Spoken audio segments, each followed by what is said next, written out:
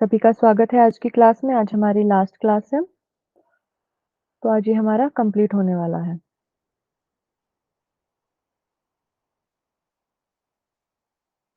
कल हमारा थोड़ा-सा इसका रह गया था, तो उसको देख लेते हैं। उसके बाद हम लोग जो हमारे प्रीवियस ईयर्स में क्वेश्चंस आए हैं जितने भी, वो सारे डिस्कस करने वाले हैं।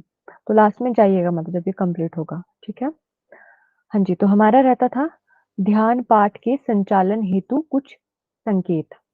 कि अगर हमें ध्यान करवाना है, अगर हमें आज मान लो आज की क्लास में ध्यान करवाना है, तो उसके लिए हमें किन-किन चीज़ों का ध्यान रखना है या क्या-क्या चीज़ें उसमें होती है, तो वो उसके बारे में इसमें बताया गया है।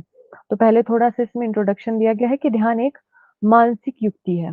प्रारंभ से ही इसे चेतनावस्था को बदलने के लिए उपयोग में लाया जा रहा है कि जो हमारी चेतनावस्था होती है, बहुत पहले से ही जब से ये शुरू हुआ है, तब से ही इसको चेतनावस्था को बदलने के लिए उपयोग में लाया जा रहा है। किसको लाया जा रहा है? ध्यान को लाया जा रहा है। यहाँ पे ध्यान की बात हो रही है।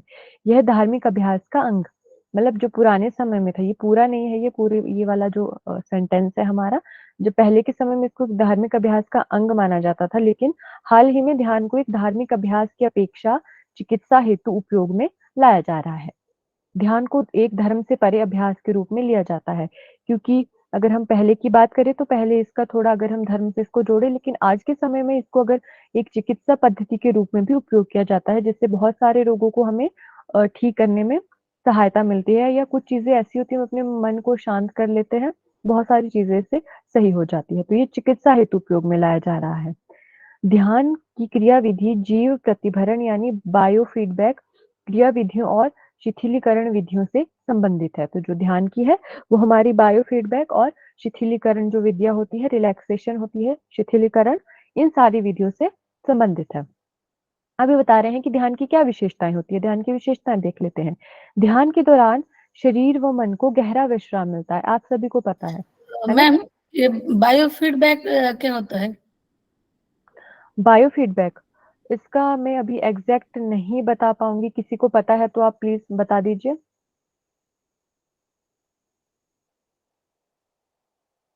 मैम जैसे ध्यान में छोड़ के जाते हैं ना बॉडी को और फिर कहीं पर जाके वापस आते हैं, जो एक क्षण भर की समाधि वाला पार्ट होता है, प्रतिभ्रमण। क्षण भर की समाधि वाला कोई ऐड हो रहे हैं? संध्या भ्रमण जी आज ऐड कर भ्रमण है, लीजिएगा। भ्रमण नहीं है, वो भरण है, भरण। इसीलिए थोड़ा सा कंफ्यूज है। क्या कह रहे हैं? आपकी आ नहीं रही है वॉइस। वहां पे हिंदी में जो लिखा है जीव प्रति भरण लिखा है। अभी किसी मैम ने बोला था कि जीव प्रति भ्रमण है, भ्रमण नहीं है, वो भरण है। तो अच्छा, भरण और भ्रमण में बहुत सारा डिफरेंट होता है ना मैम। हाँ इसीलिए जी। मैंने आपको पूछा कि ये बायोफीडबैक होता क्या है। चलिए इसको हम लास्ट में डिस्कस करेंगे, है ना? बता देंगे हम लास्ट में, ठीक है? अभी ओके। आगे देख लेते हैं। हाँ जी। हाँ, तो इसमें कहते हैं कि ध्यान के दौरान जो हमारा शरीर व मन है उसको गहरा विश्राम मिलता है। 30 मिनट के ध्यान से प्राण वायु का ग्रहण कम से कम जो कि 6 से 8 घंटों की निद्रा के बराबर होता है। अगर हम 30 मिनट का ध्यान भी कर रहे हैं ना, तो हम प्राण वायु को इतना ग्रहण कर लेते हैं जो कि हमारी अगर हम 6 से 8 घंटे की नींद लेते हैं, उसके समान होता है। अगर 30 मिनट का ध्यान कर रहे हैं और 6 से 8 घंटों की हम नींद ले रहे हैं, तो उसका जो कह सकते हैं कि जो प्राण वायु का ग्रहण होता है वो बराबर होता है। हृदय गति और श्वसन की जो हमारी गति है वह घट जाती है। जो हमारी हार्ट बीट होती है और जो हमारी श्वास-प्रश्वास की गति होती है वो घट जाती है, मतलब थोड़ी स्लो हो जाती है। जितना हम सामान्य रूप से लेते हैं वो थोड़ा कम हो जाता है ध्यान में। फिर है परानुकंपी यानी पैरासिम्पैथेटिक जो हमारा सिस्टम होता है ना, सिम्पैथेटिक और पैरासिम्पैथेटिक सिस्टम, वो उसके प्रभाव की ओर झुकाव हो जाता है। क्योंकि जो हमारा पैरासिम्पैथेटिक होता है वो रिलैक्सेशन वाला होता है। फिर क्या होता है जो हमारी दुश्चिंता घटती है। तो ये सारी चीज़ें इसमें ध्यान की विशेषताएँ बताई गई है और उसका हमें थोड़ा-सा इंट्रोडक्शन देखने को मिला है इस वाली स्लाइड में। तो आगे है इसमें ध्यानावस्था में विद्युतम मस्तिष्कालेख यानी ईईजी में ऊंचे अल्फा होगा, ये अल्का नहीं है, ये अल्फा एवं बीच-बीच में थीटा तरंग प्रकार तथा निद्रा के सामान्य असामान्य प्रकार की तरंगे दिखाई देती है। इसमें क्या कह रहे हैं कि अगर हम ध्यान कर रहे हैं, ईईजी होती है जो हमारी ईईजी की फुल फॉर्म पता है किसी को? बताइए। Ma'am electroencephalogram means cephalogram. हाँ जी, इसकी होती है इलेक्ट्रोएन्सेफेलोग्राम। वेरी गुड, बहुत अच्छे। और इसमें क्या है, जो अल्फा वो जो हमारी जो तरंगे होती है, जो हमारे मस्तिष्क में उत्पन्न होती है, यहाँ पे दिया गया है अल्फा अल्फा और थीटा तरंग के बारे में।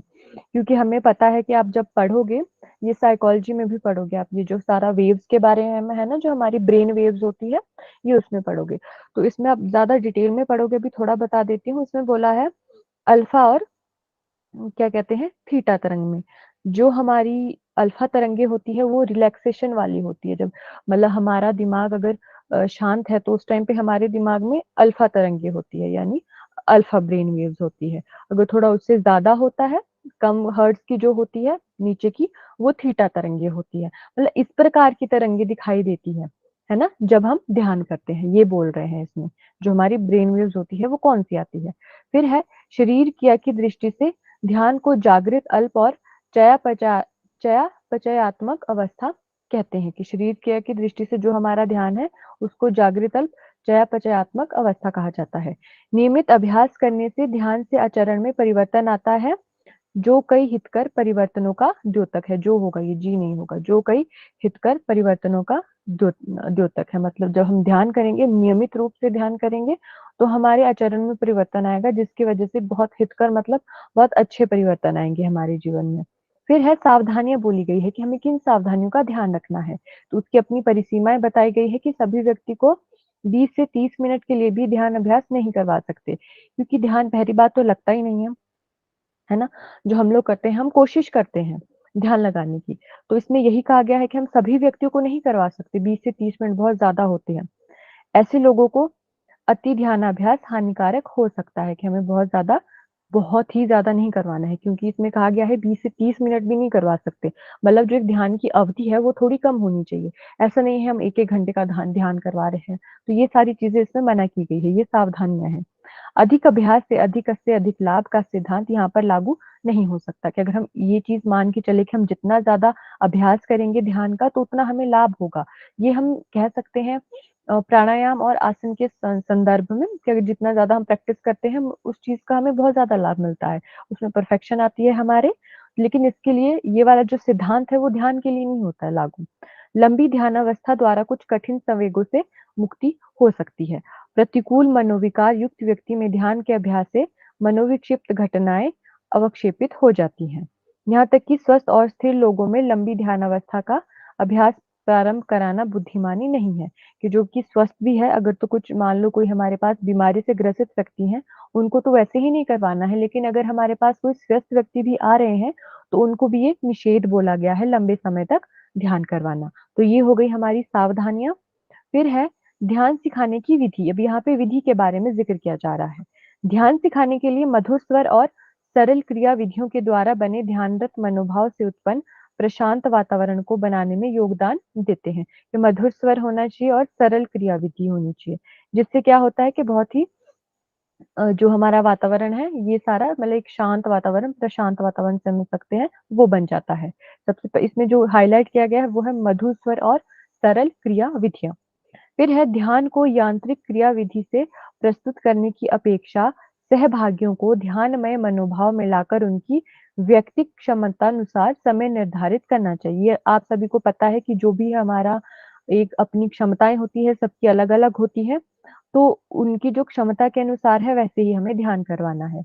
अतः यह उचित है कि ध्यान को यौगिक अभ्यासों के साथ करें, ना कि अलग प्रस्तुत करें, जिससे वह अधिक प्रभावी और कम हानिकारक हो। तो अगर हमें ध्यान को करवाना है, तो जो हम अन्य अभ्यास करते हैं, यौगिक अभ्यास, उनके साथ करने के लिए यहाँ पे बोला गया है। स्थिर, सुखद और सीधी शरीर स्थिति, जिसमें सिर, ग्रीवा और रीढ़ होगा, ये रोड नहीं है, ये रीढ़ सीधा हो और नियमित श्वसन किया जाता हो, ध्यानाभ्यास में सहायक होता है। ये आप सभी को पता है। स्थिर स्थिति होनी चाहिए, सुखद और सीधी शरीर स्थिति। सीधी शरीर स्थिति में क्या आता है हमारा, जो हमारी सिर होती है, ग्रीवा यानी गर्दन होती है, और जो रीढ़ की हड्डी होती है, ये सारा हमारा सीधा होना चाहिए।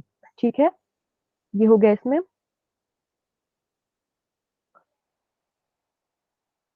फिर आगे है, ये ध्यान वाला कंप्लीट हो गया पीछे। अब है अध्यापक द्वारा स्व मूल्यांकन की। यदि अध्यापक को अपना मूल्यांकन करना है, स्व मूल्यांकन होता है खुद का मूल्यांकन। तो उसके लिए कुछ पॉइंट्स बताए गए हैं। इसमें कहते हैं, जब अध्यापक किन्हीं क्रियाओं को एक जैसे ढंग से सिखाता रहता है तो अध्यापन थोड़े समय के लिए अरोचक हो जाता है। कि अगर मान लो कोई अध्यापक बिल्कुल एक ही तरीके से करवा रहा है तो कुछ टाइम बाद हो सकता है वो विद्यार्थियों के लिए उतना रोचक ना रहे। यही बोलते हैं इसमें। क्रियाओं में उचित परिवर्तन और उन्हें उचित ढंग से प्रस्तुत करने पर आधारित अध्यापक द्वारा स्वयं अध्यापन का निरंतर मूल्यांकन करते रहना आवश्यक है। कि जो हम पढ़ा रहे हैं तो हमें क्या है, अपने अध्यापन का मूल्यांकन भी करना ज़रूरी रहता है। उस मूल्यांकन में अध्यापक को स्वयं से प्रश्न पूछने चाहिए कि पाठ योजना बनाने में पर्याप्त समय दिया और विचार किया गया है।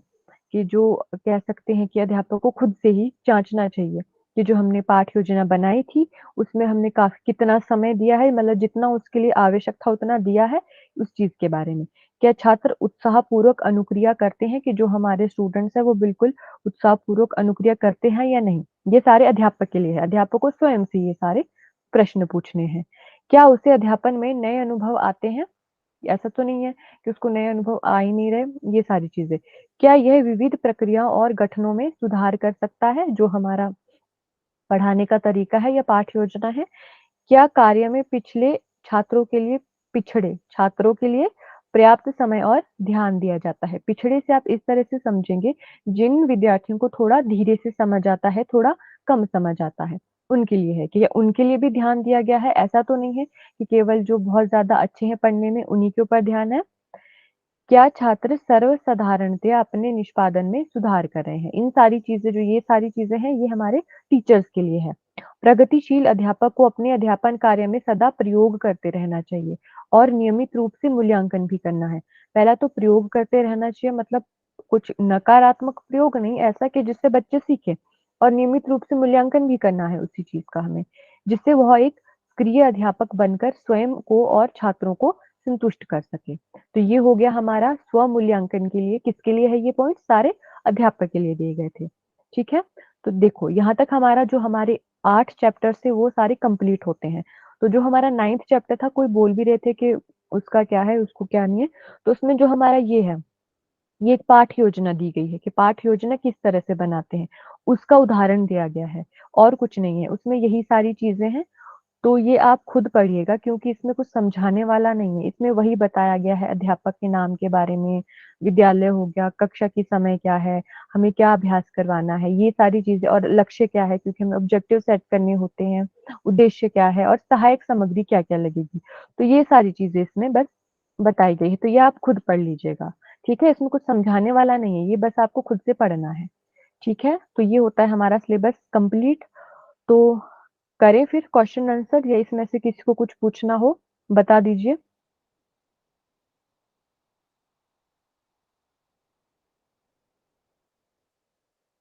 आ रही है मेरी आवाज़?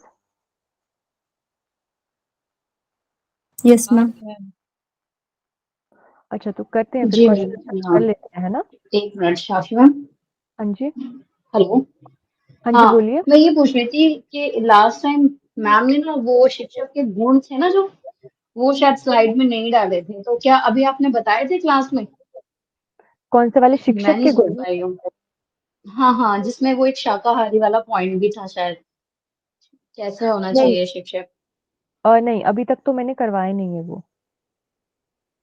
अच्छा, तो प्लीज उसको भी मेंशन कर दीजिएगा या पर्सनल भेज दीजिएगा, मतलब ग्रुप में भेज दीजिएगा, स्लाइड में ठीक ऐड ना हो पाए तो। ठीक है, वो मैं सेंड कर दूँगी आप ओके। लोगों को, ग्रुप में भेज दूँगी, ठीक है? वो पढ़ ही लेंगे आप, क्योंकि उसमें समझाने वाला ऐसा नहीं होगा, वो तो बस पढ़ने हैं ना कि गुण कौन से होते हैं, तो खुद से पढ़ लेना आप, ठीक है? मैम जो टीचिंग एप्टीट्यूड में टीचर्स के क्वालिटी बताए हैं वो भी तो इसमें ऐड हो सकता है ना? नहीं, इसमें अलग है, वो तो इन जनरल होता है ना टीचिंग एप्टीट्यूड वाला, लेकिन ये योग को हाँ, पढ़ाने के लिए है, तो योग वाले टीचर के लिए थोड़ा-सा अलग होगा, ठीक है? ठीक। हाँ जी, बाकी तो नहीं है किसका कोई डाउट, तो फिर बढ़े आगे, बता दीजिए। हाँ या ना तो बोलिए। Yes ma'am. ठीक है।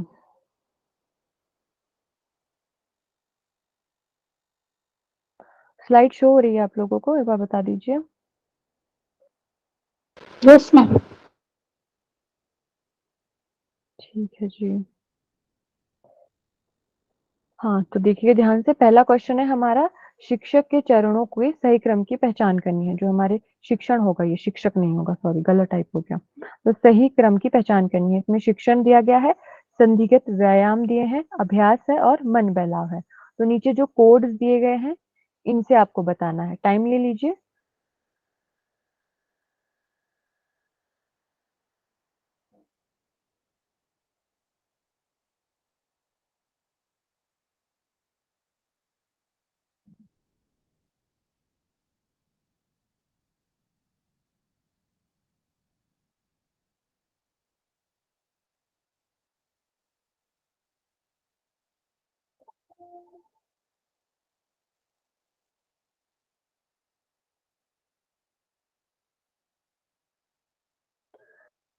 हाँ जी, एक ही आंसर आया अभी तक प्रियंका जी का। 2 आ रहा है सभी का। सेकंड आ रहा है प्रियंका जी, कौशल्या जी, अनुराधा जी। बाकी लोग भी सबने बताइए किया है कितने किए। मैम। कर रही मैम सभी। ठीक है, हाँ मैं फ़ोन से जुड़ी हूँ, देख रही हूँ मैं। सभी का सेकंड आ रहा है। तो देखो इसमें क्या बोला गया है कि जो हमारे शिक्षण के चरणों हैं, शिक्षण के जो चरण हैं, सॉरी शिक्षक नहीं है, शिक्षण है, मतलब जो हमारे टीचिंग है, उसके जो चरण है, उसके सही क्रम की पहचान करनी है। सभी का बी आ रहा है, तो इसका आंसर मुझे देंगे माइक अनम्यूट करके नीता साहू जी। नीता साहू जी, आप बताइए। जी मैम, इसमें पहले आएगा मैम संधिगत व्यायाम, फिर उसके बाद शिक्षण और उसके पश्चात आएगा अभ्यास, उसके बाद मन बहलाना। हाँ जी, तो इसका करेक्ट आंसर हमारा बी हो जाएगा। 2 1 3 4 संधिगत व्यायाम होगा, शिक्षण होगा उसके बाद, फिर अभ्यास करेंगे और सबसे लास्ट में होगा हमारा मन बहलाव। ठीक है, बहुत अच्छे, सभी ने सही आंसर दिया, मतलब पढ़ाई करके आए हो आप लोग। नेक्स्ट है हमारा योग प्रशिक्षण में प्रस्तुतिकरण के सही क्रम की पहचान करें। प्रदर्शन, मूल्यांकन, स्पष्टीकरण और चर्चा सही उत्तर के लिए। कोड दिए गए हैं नीचे, इसमें से बताना है।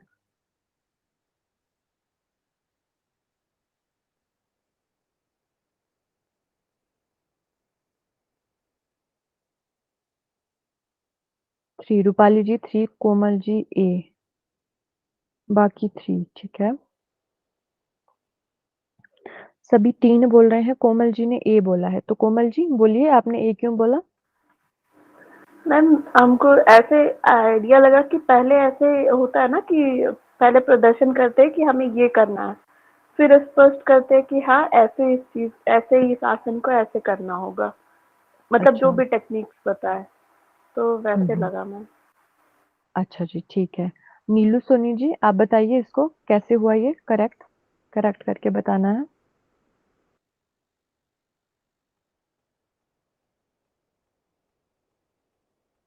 नीलू सोनी जी। हाँ हाँ मैम। क्या है, योग प्रशिक्षण में हम प्रस्तुतिकरण जब करेंगे तो सबसे पहले तो हम करेंगे स्पष्टीकरण। कोई चीज जब हम प्रस्तुत करने जा रहे हैं तो उसके बारे में तो पहले स्पष्टीकरण देंगे ना, पहले बताएंगे कि हम आपको क्या बताने जा रहे हैं। तो स्पष्टीकरण करेंगे, फिर उसके बाद फिर उस चीज का प्रदर्शन करेंगे। मान लीजिए कोई आसन है तो पहले हमने स्पष्टीकरण कर दिया, फिर हमने आसन अपना दिखा दिया, प्रदर्शन कर दिया, फिर उसके बाद सही चर्चा सही उत्तर के लिए करेंगे। और फिर जब हमको सही उत्तर मिलेगा फिर लास्ट में हम मूल्यांकन करेंगे, मतलब कि उनका इवोल्यूशन मूल्यांकन, ऐसा मुझे लगा है। तो 3 है मेरे अनुसार उसमें। हाँ जी, इसका करेक्ट आंसर हमारा सी ही है। पूजा अग्रवाल जी, आपने ए इसी के लिए बोला है सेकंड क्वेश्चन के लिए?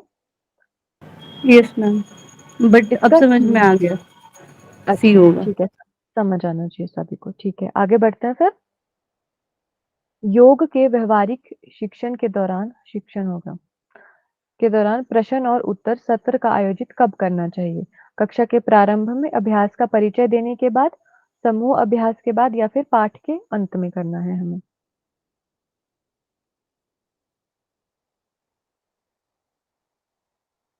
डी, सभी का डी है। चलिए बाकी लोग भी कीजिए। मेघा जी सी।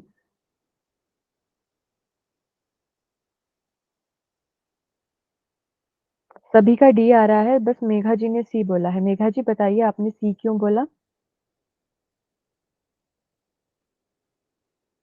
मैम मुझे लगा कि समूह अभ्यास के बाद होती, पाठ के अंत में तो केवल वो शवासन और ये सब कराते हैं। अच्छा जी, तो आपको बिल्कुल सही लगा, जिन्होंने डी कहा है सभी का गलत है। बस मेघा जी का एक सी आंसर आया था हमारा, तो इसका समूह अभ्यास के बाद है। हमने पढ़ा था ना वो सारी चीज़ें, हमने कुछ स्टेप्स पढ़े थे, कल ही पढ़े थे, कल वाली ही क्लास में ही पढ़ा है हमने। तो उसमें जो भी था प्रश्न उत्तर वाला सेशन वो हमें समूह अभ्यास के बाद था। प्रारंभ में तो वैसा ही नहीं होता होगा, वो थोड़ा अगर हम इंट्रोडक्टरी क्वेश्चन करना चाहें वो कर सकते हैं। लेकिन इसे पूरा सत्र के बारे में बोला गया है, तो इसमें हमारा अभ्यास का परिचय देने के बाद भी नहीं होगा क्योंकि हमने करवाया कुछ नहीं है, लेकिन हमने प्रदर्शन भी कर लिया, खुद एक टीचर ने भी प्रदर्शन कर लिया, उसके बाद बच्चों ने प्रदर्शन किया, फिर उनका समूह में प्रदर्शन करवाया, उसके बाद उसमें पॉइंट था कि हमें समूह अभ्यास के बाद प्रश्न उत्तर करने हैं, पाठ के अंत में नहीं करना है। तो इसका सी करेक्ट है, डी नहीं होगा। जिन्होंने भी डी बोला है सबका गलत है, बस एक आंसर मुझे सी आया था, तो इसका सी ही करेक्ट है, समूह अभ्यास के बाद। ठीक है? मतलब ये योग की क्लास ऐसा थ्योरिकल नहीं चल रही है, प्रैक्टिकल के बेस पे। हाँ जी, योग के व्यवहारिक, हाँ जी, उसके लिए है ये। अभ्यास है ना इसमें, अभ्यास बोला गया, ओके अभ्यास मैम, हम प्रैक्टिकल हाँ नहीं। तब, हाँ तो अगर अब तब सही समझ में आ गया कि वो तो सी होगा, क्योंकि प्रैक्टिकल के बेस पे तो ऐसे ही होगा। फिर मुझे लगा नहीं, वो थ्योरिकल के बेस पे हम डी हम लोग आंसर किए थे। अच्छा चलो कोई ना, ध्यान रखेंगे। ये सारे जो क्वेश्चन है ये सारे प्रीवियस ईयर्स हैं, आए हुए ये पहले, तो इसको पढ़ लेंगे, मैं भेज दूंगी वैसे बाद में, पर अभी भी ध्यान रखिए, ठीक है?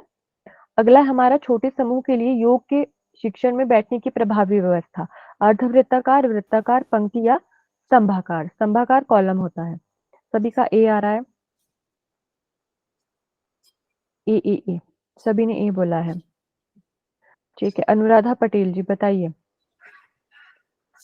मैम ए आएगा, अर्धवृत्ताकार। जी, बहुत अच्छी। ये हमने पढ़ा था, वहाँ पे ये हाइलाइट भी किया हुआ था पीपीटी में।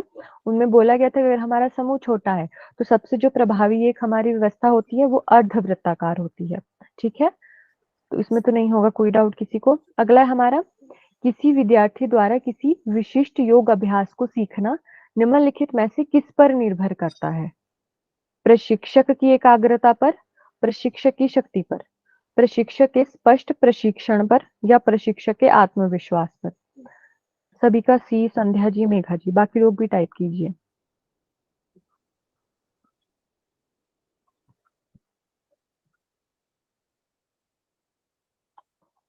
जया जी आंसर दीजिए इसका।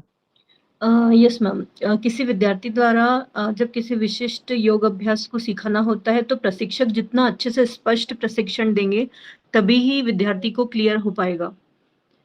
हाँ जी, ठीक है। तो क्योंकि इसमें एकाग्रता कितनी भी अच्छी हो पर अगर क्लियर स्पष्टीकरण नहीं होगा तो समझ में नहीं आएगा। हाँ जी, वेरी गुड, बहुत अच्छे।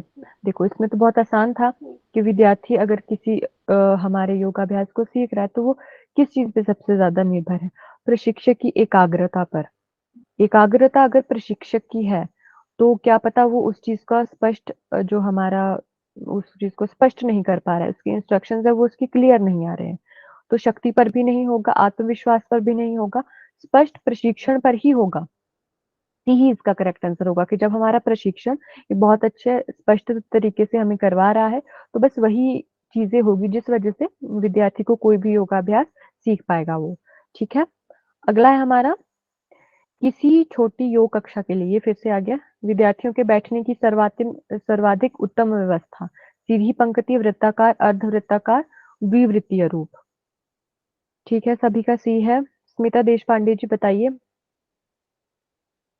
मैम इसका हम लोगों ने पहले भी सॉल्व किया है, तो ये अर्धवृत्ताकार होगा, क्योंकि हर एक स्टूडेंट को देखना और उसको करेक्ट करना इजी रहता है अर्धवृत्ताकार में।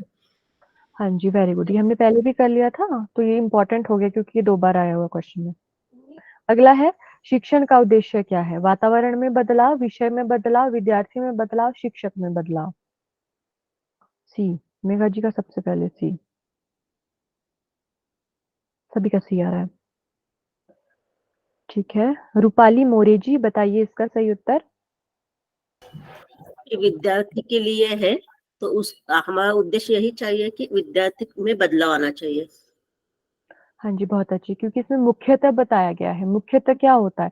मुख्य तो एक ही चीज होता है हमारा कि विद्यार्थी में बदलाव आना चाहिए, उसमें सकारात्मक बदलाव आना चाहिए। शिक्षक में बदलाव आए ना आए, वो शिक्षण हम करते किस लिए है? दूसरों को पढ़ाने के लिए ना। वातावरण में भी नहीं होगा, विषय वाला भी नहीं होगा। बस इसका जो हमारा सटीक उत्तर है वो सी है, विद्यार्थी में बदलाव। तो ये इजी था।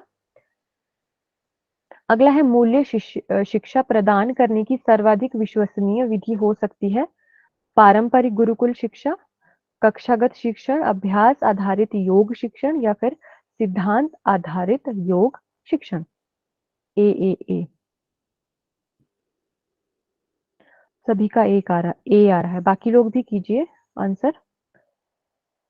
पवन विद्यार्थी जी। जी मैम, ये परंपरा ये हमारा परंपरा सदियों से चली आ रही है, इसीलिए विश्वसनीय माना गया है। और इसमें हाँ जी, ए नंबर में होगा मैम इसका। पारंपरिक गुरुकुल शिक्षण पद्धति जो होते हैं बहुत विश्वसनीय माना जाता है।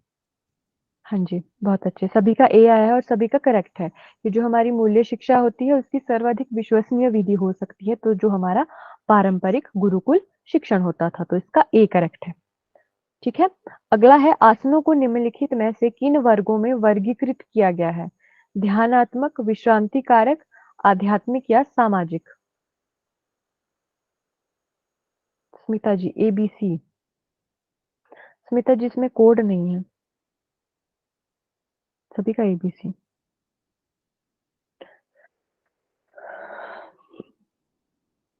ABC CAA।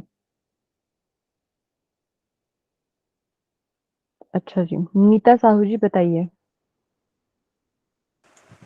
जी मैम, इसमें ध्यानात्मक आसन रहेगा। अच्छा, अभी मुझे बताएंगे अनुराधा पटेल जी, जो हमने आसनों का विभाजन पढ़ा था वो कितने विभाजन थे उसके, और उनके नाम बताइए।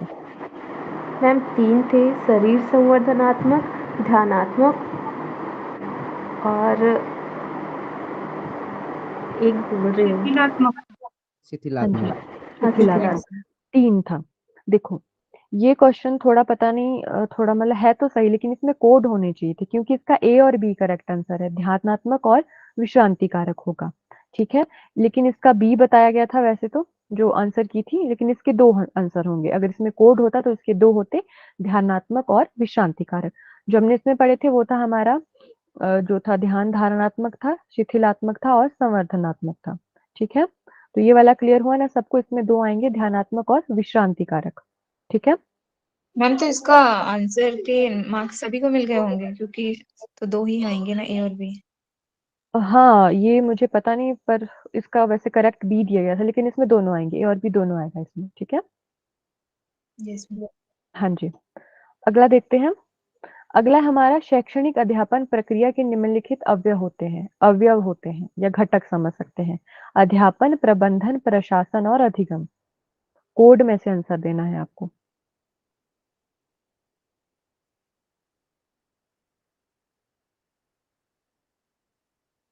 एस कौन बोल रहा है? प्रियंका पांडे जी।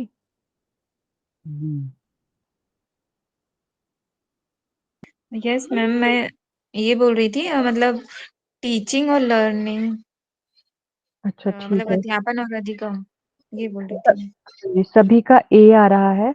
नेहा शिविन जी आप बताइए। जी मैम, इसका आंसर है अध्यापन और अधिगम, ऑप्शन ए। ठीक है, वेरी गुड। सभी ने इसका ए बोला है तो सभी का करेक्ट है। अवयव हो गए हमारे घटक, जो हमारे अध्यापन प्रक्रिया के घटक सॉरी बताए गए थे, वो हमारे इनमें से 2 ही है, अध्यापन और अधिगम। प्रबंधन और प्रशासन नहीं आएगा, तो इसका हमारा ए करेक्ट हो जाएगा, 1 और 4। अगला है योग कक्षा में योग शिक्षक को अपने निर्देशों को सही ढंग से संप्रेषित करने हेतु निम्नलिखित बिंदु सहायक हो सकते हैं। निर्देश संक्षिप्त और स्पष्ट होने चाहिए। अध्यापक को विद्यार्थियों से दूरी बनाकर रखनी चाहिए। एक बार में अनेक निर्देश देने हैं या आवश्यक होने पर निर्देश दोहराने हैं। ए सभी का ए आंसर आ रहा है।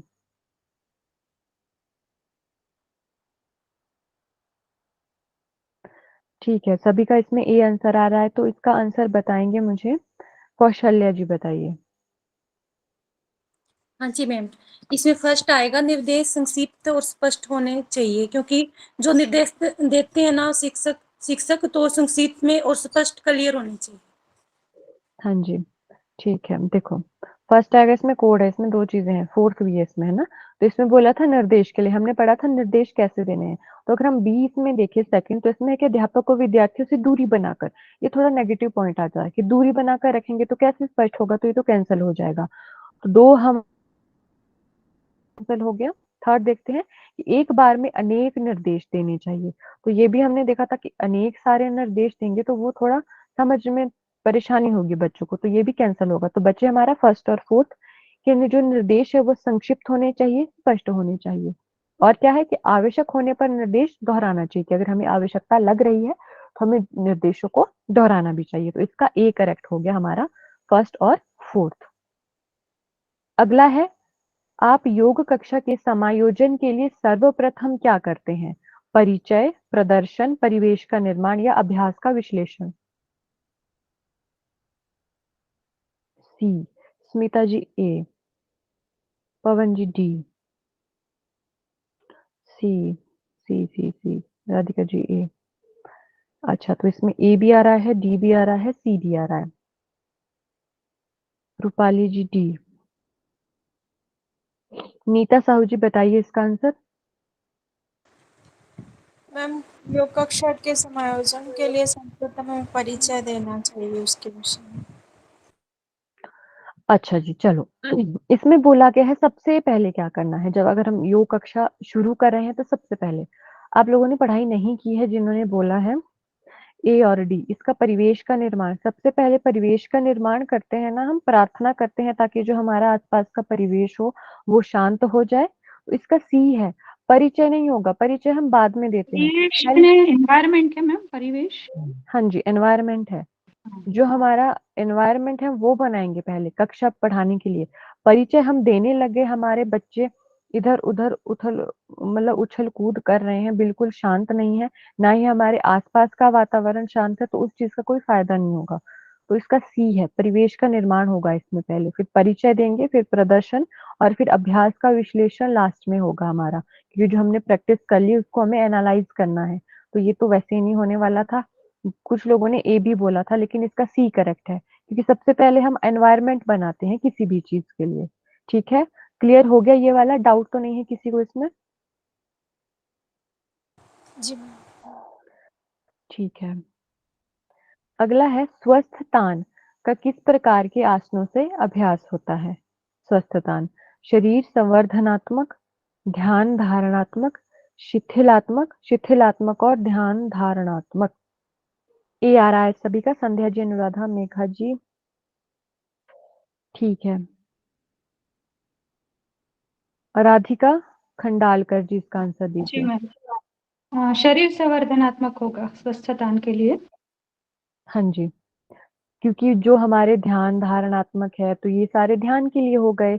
शिथिलात्मक है, शिथिलात्मक हमारे रिलैक्सेशन के लिए होते हैं। तो ये तो वैसे ही नहीं आना है, और डी में दोनों दिए गए हैं तो ये नहीं होगा, अगर किसी को बिल्कुल ही नहीं समझ आ रहा। तो इसका ए होगा, जो हमारे शरीर संवर्धनात्मक आसन होते हैं उसका उपयोग होता है हमारे स्वस्थतान के लिए। तो सभी ने करेक्ट आंसर किया है ए। Very good. गलत हो गया ये, यहाँ पे योगाभ्यास होगा ये। योगाभ्यास की अध्यापन विधियां, पुस्तक के अनुसार अध्यापन विधियां कितनी हैं बताइए?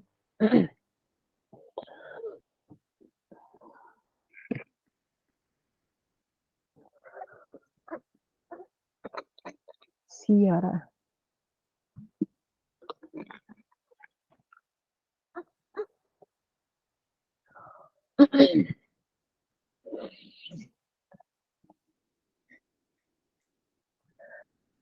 संध्या जी का 7 है, बाकी सभी ने सी बोला है, मेघा जी ने भी डी बोला है।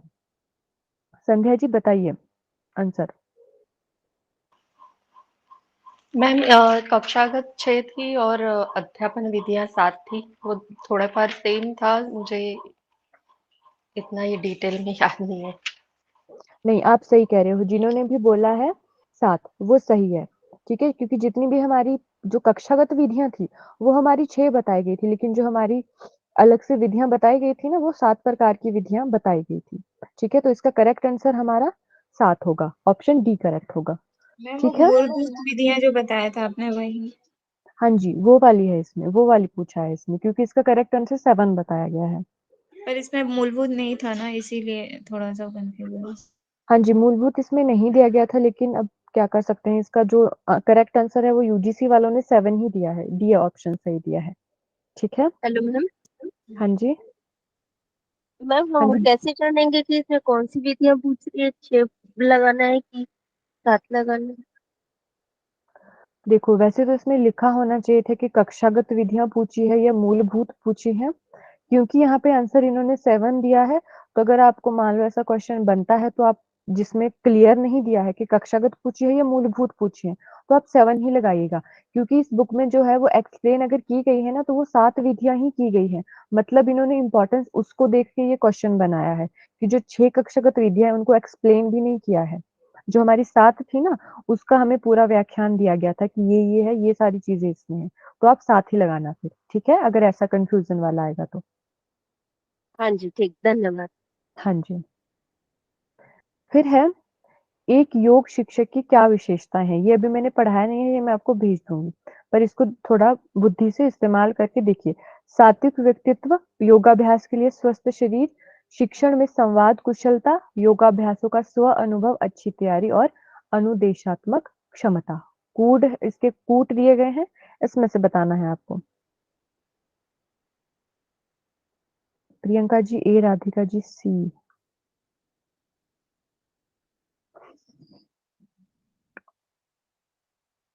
सारे आ गए, ए बी सी। स्मिता जी ने बी बोला है। बाकी लोग भी दीजिए answer. C A B C आ रहा है, इसका सभी का ए बी सी आ रहा है। चलो, इसका आंसर बताएंगे मुझे पूजा अग्रवाल जी। मैम इसमें फोर्थ तो होगा ही, योगाभ्यास के लिए स्व अनुभव, अच्छी तैयारी और अनुदेशात्मक क्षमता, और उसके अलावा सात्विक व्यक्तित्व होगा। हाँ जी, वेरी गुड। नीलू सोनी जी सभी कह रही हैं। नीलू सोनी जी, यहाँ ऑल का ऑप्शन नहीं है, यहाँ पे कोड दिए गए हैं, 2-2 बोला है। ठीक है, तो देखो, योग शिक्षक पूछा है ना, कि जो हमारा योग का शिक्षक होता है, योग हमारा, क्योंकि आप सभी को पता है योग में और बहुत सारी चीजें आती है। आसन प्राणायाम के अलावा उसमें बहुत सारी चीजें हैं, बंध है, मुद्रा है, षट क्रियाएं हैं, हमारा ध्यान है। हमारे जो पतंजलि योग है उसमें हमारे 8 अंग दिए गए, इसमें समाधि तक बताया है। ठीक है, तो जो हमारा योग शिक्षक है उसकी विशेषताएं, फोर्थ तो सभी को लगेगा, योगाभ्यासों का स्व अनुभव, मतलब अनुभव, योगाभ्यास स्व अनुभव मतलब उसने खुद किए हो। ठीक है, अच्छी तैयारी और अनुदेशात्मक क्षमता के, जो उसको इंस्ट्रक्शंस देने भी आने चाहिए। तो फोर्थ हमारा 2 में ही है, तो बी और डी तो कैंसिल हो गए। ऐसे आपको एलिमिनेट करना है फाइनल एग्जाम में भी, जो नेट का होगा। 2 कैंसिल हो गए, अब हमारे पास 2 बचते हैं। हमें तो पहला और दूसरा ही देखना है, तीसरा तो वैसे ही नहीं आएगा, क्योंकि फोर्थ होना ही है, और फोर्थ के साथ हमारा फर्स्ट और सेकंड है ना। तो सेकंड है हमारा योगाभ्यास के लिए स्वस्थ शरीर। सही लग रहा है, हाँ हो सकता है, स्वस्थ शरीर तो होना चाहिए। फिर है सात्विक व्यक्तित्व, ये भी सही लग रहा है। देखो, तो हमें क्या करना है कि जो बिल्कुल सटीक उत्तर है वो यहाँ पे चूज करना है, तो वो हमारा सात्विक व्यक्तित्व होगा, क्योंकि जो एक योग शिक्षक है वो सात्विक होना चाहिए। तामसिक होगा, आलसी होगा, स्वस्थ शरीर उसका होगा लेकिन पड़ा रहेगा, दूसरों में भी आलस फैलाएगा। ठीक है, तो इसका होगा हमारा फर्स्ट और फोर्थ, यानी सी ऑप्शन इसका करेक्ट है। ठीक है, क्लियर हुआ सभी को? कोई डाउट तो नहीं रहा इसमें? माइक अनम्यूट करके बोलिए। जी जी। ठीक है, अगला है हमारा योग अभ्यासों की अध्यापन पाठ योजना के अनुसार का क्रम बताइए। जो हमारा पाठ योजना है उसका हमें क्रम बताना है। पाठ का प्रस्तुतिकरण, व्यक्तिक अभ्यास, प्रश्नोत्तर और समूह अभ्यास।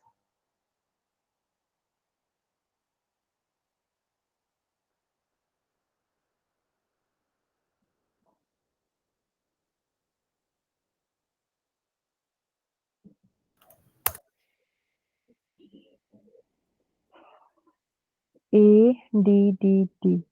राधिका जी का ए आया है, बाकी सारे लोग डी बोल रहे हैं। सभी लोग आंसर दीजिए। डी आ रहा है।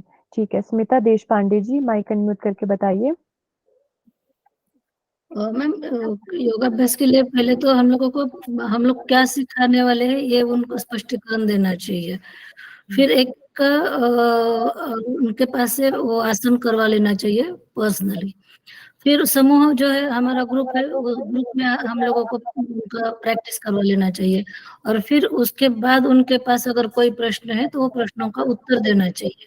तो मेरे हिसाब से तो इसका आंसर डी लग रहा है मैम। ठीक है, अनुराधा पटेल जी आप ए क्यों बोल रहे हो? सॉरी मैम, वो नंबर नहीं दिख पाई थी, डी आएगा। अच्छा कोई बात नहीं, इसका डी ही करेक्ट होगा क्योंकि सबसे पहले जैसे स्मिता जी ने समझा दिया, पाठ का प्रस्तुतिकरण हमें करना है। ठीक है, फिर हमें अभ्यास करवाना है ना। उसके बाद समूह अभ्यास करवाना है क्योंकि व्यक्तिगत अभ्यास होता है अलग अलग से जो प्रैक्टिस करते हैं। फिर पूरा ग्रुप में करवाना है। उसके बाद लास्ट में हमारे प्रश्न उत्तर है, क्योंकि ये वाला क्वेश्चन हमने पहले देखा था ना कि समूह अभ्यास के बाद हमारे प्रश्न उत्तर होते हैं। तो इससे ये हमारा इसका डी करेक्ट हो जाएगा 1, 2 और 4, 3। ठीक है, अगला है योगाभ्यास की अध्यापन विधियों के अनुसार पारंपरिक रूप से सफल अध्यापन के कितने प्रकार बताए गए हैं?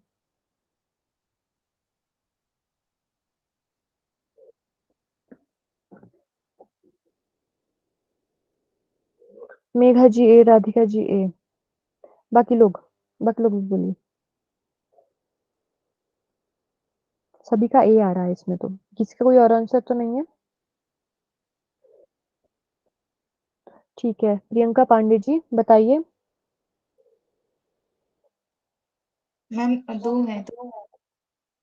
कौन से नाम बताइए। नाम याद नहीं आ रहा मैम मुझे। अच्छा, किसी का हैंड रेज है शायद, बता दीजिए। टीचर सेंटर्ड और स्टूडेंट सेंटर्ड। हाँ जी, वेरी गुड। तो जो 2 इसका करेक्ट आंसर है हमारा ऑप्शन ए करेक्ट है। और इसका संध्या जी ने जैसे बताया, जो हमारा अध्यापक केंद्रित होता है और छात्र केंद्रित होता है।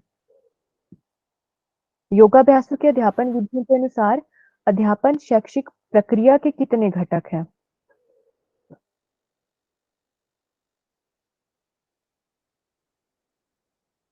आंसर नहीं आया आप लोगों का?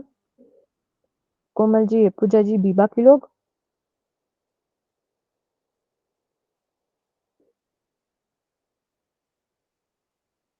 बी। कोमल जी ने ए बोला है, बाकी सभी लोग बी बोल रहे हैं। ठीक है, तो इतने ये 4-5 ही लोग आंसर कर रहे हैं, बाकी लोग क्या कर रहे हैं? मुझे मिला के 17 लोग हैं क्लास में।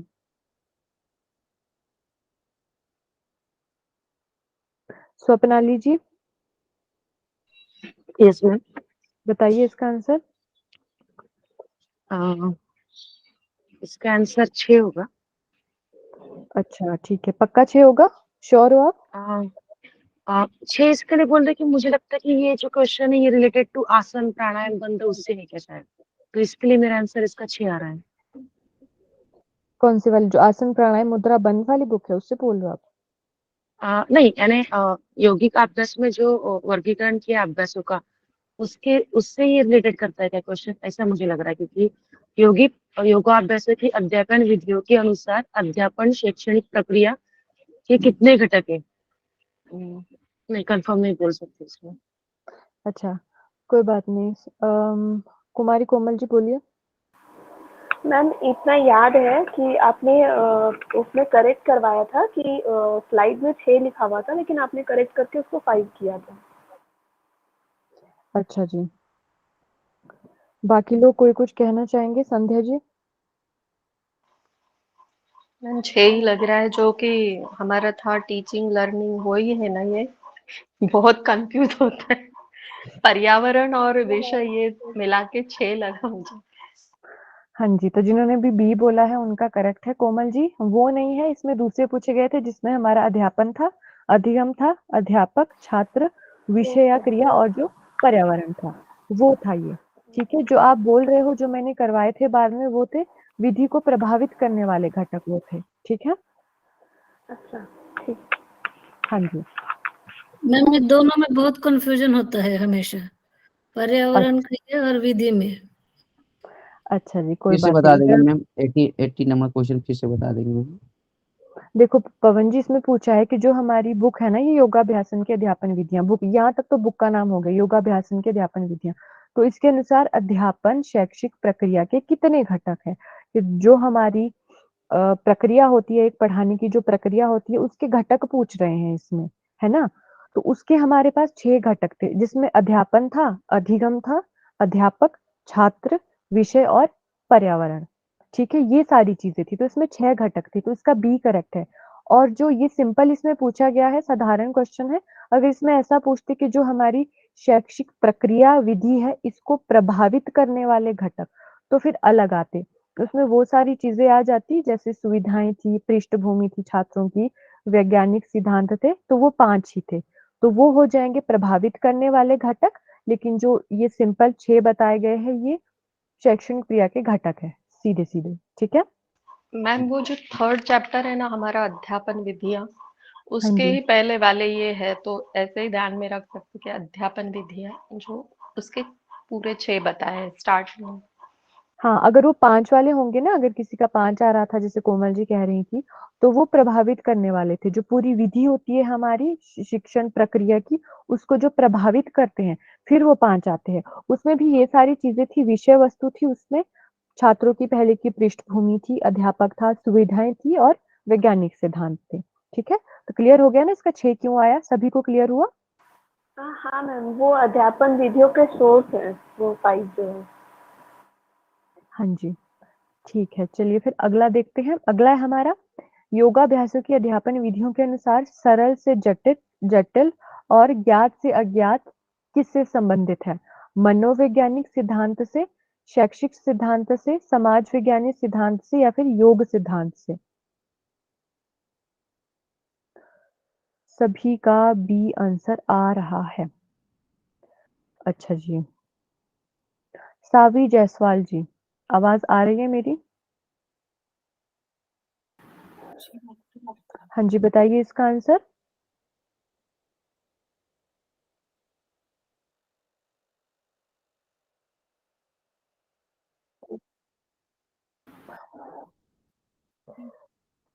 जया जी आप ठीक है, शैक्षिक यस सिद्धांत मैम। बोल रहे हो आप। मैम शैक्षिक सिद्धांत, क्योंकि हम देखते हैं ना कि जटिल से पहले सरल बताएंगे, उसके बाद धीरे धीरे आगे जटिल तक लेकर जाएंगे, और पहले जो जानते हैं वो चीज हम बताएंगे और फिर उसको जो नहीं जानते वहां तक लेके जाएंगे। तो ये सिंपल सा शिक्षण का सिद्धांत हाँ कहलाता है, जी, मुझे ऐसा लगता है। हाँ जी, बहुत अच्छे। सभी ने बी आंसर दिया है और अब सभी का सही है, शैक्षिक सिद्धांत से। इसमें जो सरल से जटिल पूछा गया है और अज्ञात से अज्ञात है, ये हमने शैक्षिक सिद्धांतों में पढ़े हैं। हमने टीचिंग एप्टीट्यूड में भी पढ़ा था, मैगजीन्स ऑफ टीचिंग, जिसमें ऐसा ही था, इजी टू कॉम्प्लेक्स, इस तरह से था उसमें। तो ये सारी चीजें जो आती है वो हमारी शैक्षिक सिद्धांतों में आती है, ना मनोवैज्ञानिक में आएगी, समाज वैज्ञानिक में भी नहीं आएंगी और ना योग सिद्धांतों में आएंगी। तो इसका बी करेक्ट है हमारा, शैक्षिक सिद्धांतों से। क्योंकि अगर हम शिक्षा दे रहे हैं तो उसमें क्या हम कोशिश करते हैं कि सरल से जटिल की ओर जाएं, बच्चों को जो चीजें ज्ञात है पहले उन चीजों को करवाएं और जो चीजें अज्ञात है उसके बाद उन चीजों को करवाएं। तो ये सारे हमारे शैक्षिक सिद्धांत में आ जाएंगे। बहुत अच्छे। अगला है पाठ योजना का निम्नलिखित में से क्या उद्देश्य है?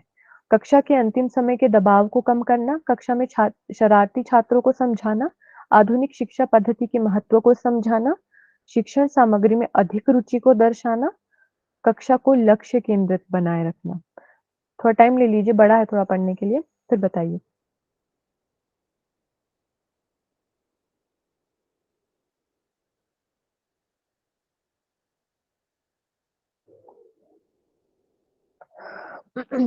राधिका जी सी,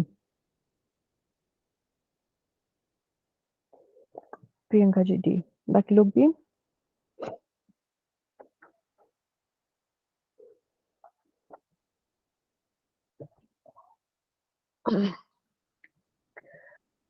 मेघा जी डी,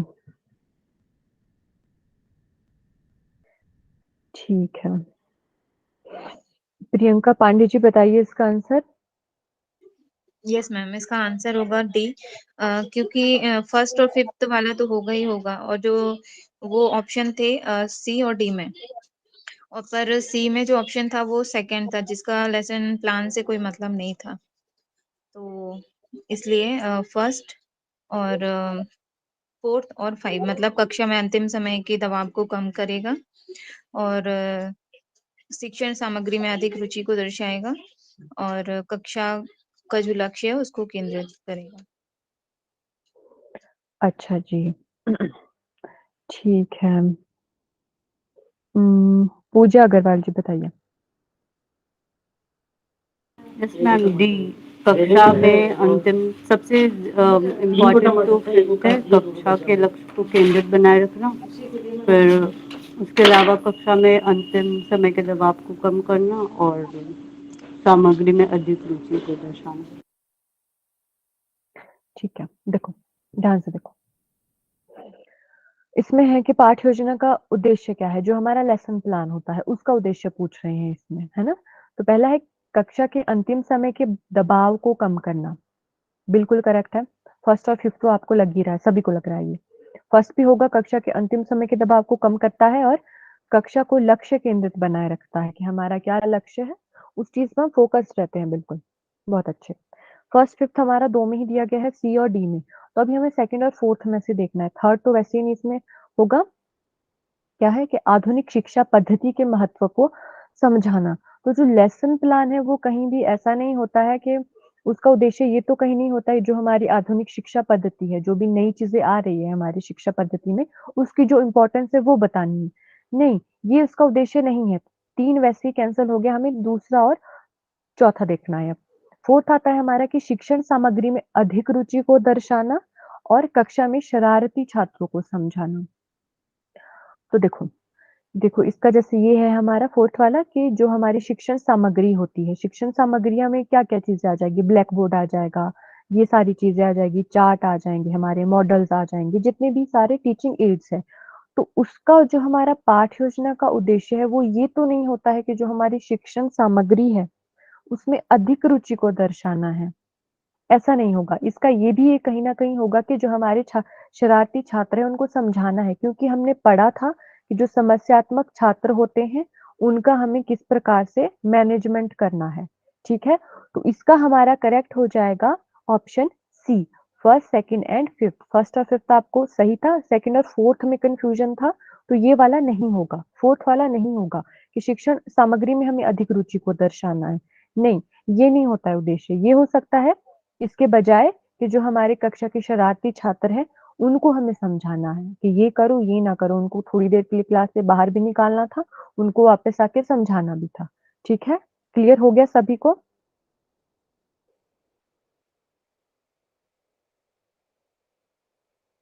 आंसर दीजिए माइक अनम्यूट करके। जी मैम। जी। ठीक है। तो ये सारे हमारे आंसर्स हो गए इसके। इसमें एक गलत हो गया है मुझसे, 10th का डी नहीं है, तो ये आप लोग देख लीजिएगा, क्योंकि 10th का था हमारा 10th का हमारा ए ऑप्शन था। 10th का ए था। तो देखो ये मैंने अभी बना लिया है, तो इसका देख लेना, है ना? ये थोड़ा पढ़ के आपको पता चल जाएगा। ये मैं भेज दूँगी आज ग्रुप में। मैम एक वो क्वेश्चन क्या था, टीचर और स्टूडेंट सेंटर्ड, वो बहुत हिंदी में था ना, तो मैं समझ नहीं पाई थी।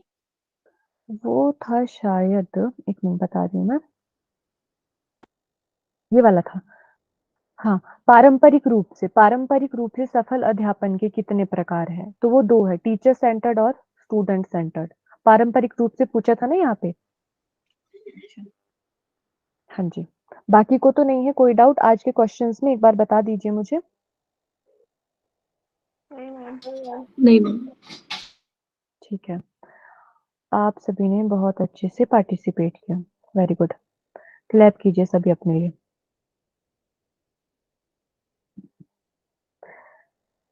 ठीक है। जाएँगे नहीं कोई? आज हमारी लास्ट क्लास थी। तो सभी ने बहुत अच्छे से पढ़ाई की और बहुत अच्छे से आपका एग्ज़ाम हो जाए।